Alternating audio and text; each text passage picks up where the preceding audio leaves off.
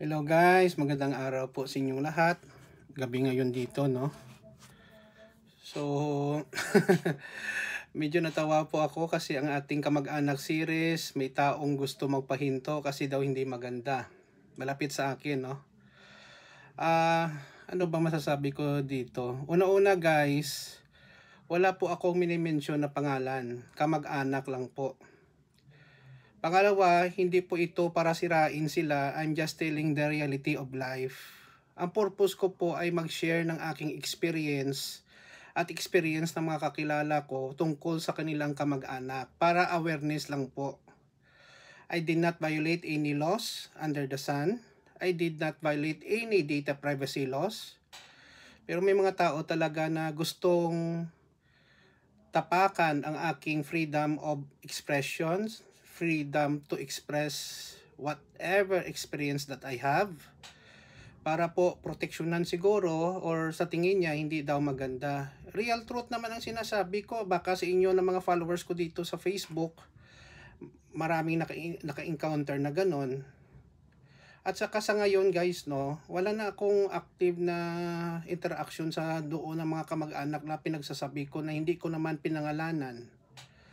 Wala na talaga. Last time na meet ko lang by accident, no, pero wala na.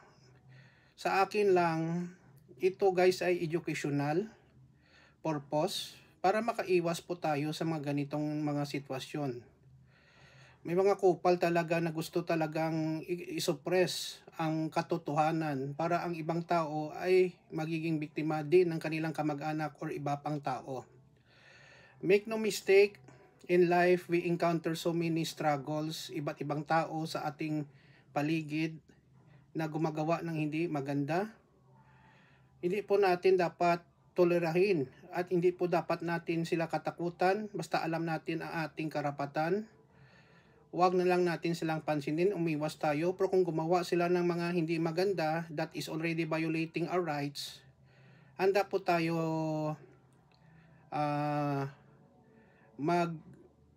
ipaglaban ating karapatan.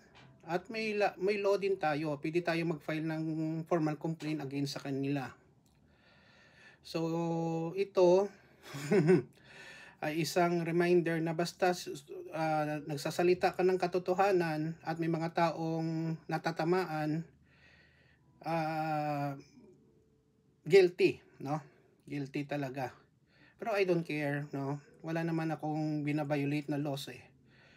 Pero anyway, pagbigyan natin sila. Pero kung may maalaala ko na magandang topic naman, babalik naman tayo dito sa ganito na mga topics. Wala naman tayong binabiolate na laws eh. Awareness nga ang pinupush natin dito. Sila nga gumagawa ng kabulastugan, tayo wala tayong ginagawa. We are just pointing out what is wrong na makikita natin, madarama natin sa ating kapaligiran. Okay? So tandaan nyo lang, no, basta wala kayong binabiolate na laws, data privacy, cybercrime, kung ano-ano pa dyan. Hindi ka naman nag-mention ng pangalan eh. Baka iba yun ang sinasabi mong ganon sila, no? Kasi guys, marami sa atin ay kinakawawa ng kapwa natin, no? So, yun lang ang masasabi ko. Actually, maraming nagko-comment, na-experience nila, uma-agree, iba nga may nag-smile pa.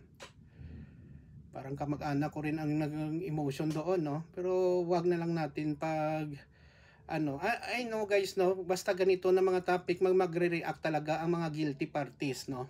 Kung wala ka na, kung hindi ka na, kung malinis naman ang konsensya mo, bakit magre-react ka? No? Hindi ka naman mini-mention ang pangalan mo. Wala nga ang kahit isang hint eh. Sitwasyon lang. Baka nakalimutan mo na nga eh. Again, hindi po tayo nagmalinis tayo, tao din tayo gumagawa ng kasalanan. Pero minsan kasi ang ginagawa nila, pambabastos na talaga, no?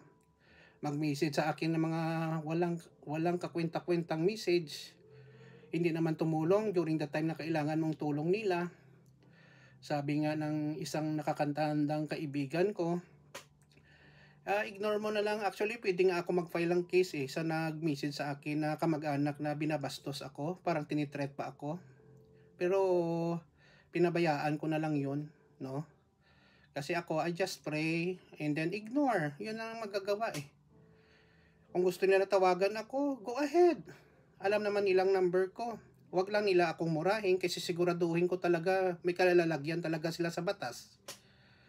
Wala namang akong ginawa sa kanila. Actually, tumulong pa nga ako sa kanila before eh. Hindi ko na lang pag-elaborate kung ano natulong ko. Pero nang time na nagkaroon kami ng isang pagsubok sa aking pamilya, instead na tulong ang naabot ko, ng blaming, no? At hindi magandang example, no? Okay, so ganun talagang buhay natin eh. Alam lang natin what is right and wrong, and then mag-survive tayo. Takot din sila magharap sa akin at sabihin ang mga kwentang-kwentang bagay kasi alam nila na kakasa talaga ako.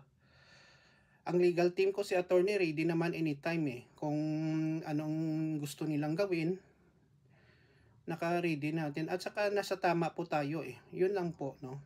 It's about time na mag-voice out tayo sa mga actions na hindi maganda.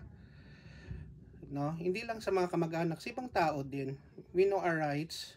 We have to defend it, and wag na lang natin intindihin. Makakasurvive tayo sa buhay, guys. Tandaan nyo, guys, as long may lakas kayo, may talino, sipag, wag lang maging tamad, everything in life ay posible po na mararating natin. Yun lang po, maraming salamat. Please follow me in my Facebook page. Maraming salamat sa inyong suporta in my YouTube channel, no? Kita-kita po tayo guys sa susunod na video.